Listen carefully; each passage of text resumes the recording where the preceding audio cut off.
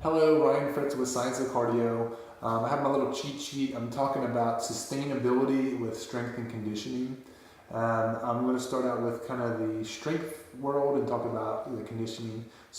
I usually try to guide people. I think that a lot of people overtrain. They don't really have a good game plan or strategic kind of goal set up. And they end up beating the crap out of their body, they hurt themselves, and they get lots of surgeries and have joint replacements as a result of that. And it's a lot because they're just not educated, or they don't want to learn or grow or get better at what they do. So what I recommend people to do is to have one day a week where they're doing really heavy strength training. I usually recommend this to be 80% or more of their 1 rep max. So this is pretty high intensity. Again, be safe and thoughtful. Listen to your body. Don't injure yourself. But we need to load our body. We need to challenge our muscles, our cells, our nerves to create adaptation to get that muscle to grow and get those hormones to create that muscle strength and repair. I also suggest to have people do 1 day a week of isometric training. Isometrics are basically applying force or pressure into something that doesn't move. So it's non-movement pressure, working on strengthening. This challenges your nervous system, your cells, your muscles, but we don't have a lot of joint movement. So it doesn't stress your joint out like traditional strength training. I think that this is great for kind of resetting, rehabbing, reconditioning joints, but we also get that load, that challenge, that demand on the things that we want, our muscles, our cells, and our nerves. So that creates great adaptation. Another modality that I really push people to do is a non-loaded movement day once a week. This is kind of an open-ended thing. I encourage people to do something that's not loaded, that is working on ranges of motion or movement. So Tai Chi might be a good example, or just going through ranges of motion on your joints and doing different things that continue to help the function of your joints. Again, use it or lose it. If we're not using something, then we lose the ability to contract, function, and move.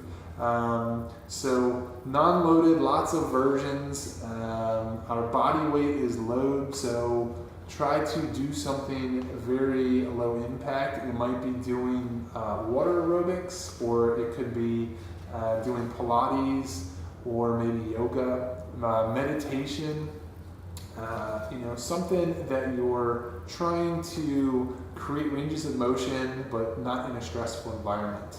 Getting into the cardio realm, I try to advise people to do at least 1 day a week where they're doing interval training. So that might be a sprint walk, or a jog walk, or a sprint run, depending on your level and ability.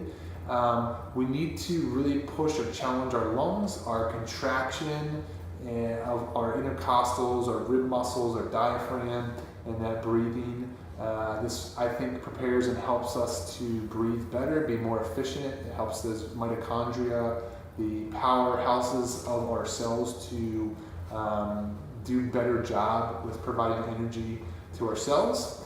And the other form of cardiovascular exercise that I recommend to do once a week is a steady state, where this might be also known as a long slow distance day, or LSD. You might see it documented. This is like a traditional walk. You go walk for 30, 60 minutes, or if you're a really high-end endurance athlete, this might be jogging at a really slow pace for a decent amount of time. I would say 30 to 90 minutes. But again, that works on sustainability and that kind of moderate intense with getting the lungs going. And also, I'm a huge fan of doing breathing techniques. I really promote, support meditation. There's lots of different forms of breathing and meditation exercises that you can do. Focused meditation, or just regular breathing techniques, holding your breath. doing hyperventilation, which I don't recommend without professional guidance, or just deep breathing, 10 seconds in, 10 seconds out.